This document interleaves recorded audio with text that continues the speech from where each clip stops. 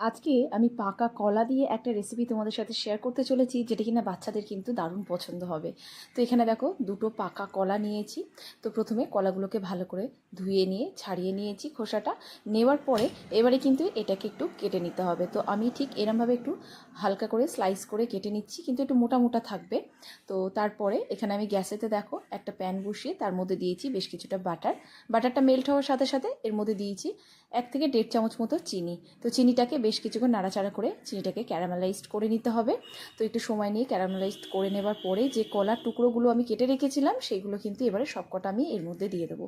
দেওয়ার পর বেশ কিছুক্ষণ কিন্তু এরকম উল্টে পাল্টে চিনির মধ্যে এটাকে একটুখানি হালকা করে লাল লাল করে ভেজে নেব। আর ওপর থেকে দেখো একটু নিয়েছি আমি দারচিনি গুঁড়ো, সেটাকেও ছড়িয়ে দিলাম।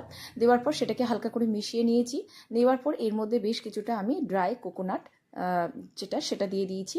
তো ব্যাস, এটা ছড়িয়ে দেওয়ার পর এটাকেও কিন্তু হালকা করে একটু মিশিয়ে নেব। ব্যাস, এটা কিন্তু রেডি। আমরা গ্যাসটাকে বন্ধ করে এটাকে একটা প্লেটের মধ্যে নামিয়ে নেব। তো একটা প্লেটের মধ্যে দেখো এই কলাগুলোকে নামিয়ে নেবার পরে এবার যে মেন পার্ট সেটা অ্যাড করব। তো প্রথমে যেটা লাগবে সেটা এখানে আইসক্রিম। আমি এখানে ভ্যানিলা আইসক্রিম নিয়েছি।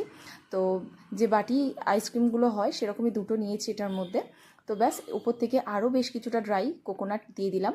আর সাথে আমার কাছে এখানে ছিল একটু কালো আঙুর, সেটাকেও দিয়ে দিয়েছি। সাথে বেশ কিছুটা ড্রাই ফ্রুটস দিয়েছি আর বাদাম। তো ব্যাস, ছড়িয়ে দিয়েছি।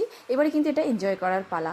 দারুণ লাগে খেতে, অবশ্যই কিন্তু ট্রাই করো। আর কেমন লাগলো জানাতে ভুলো না। ভালো লাগলে অবশ্যই কিন্তু সঙ্গে থেকো। আর দেখা হবে নতুন কোনো রেসিপির সাথে। ততক্ষণের জন্য টাটা।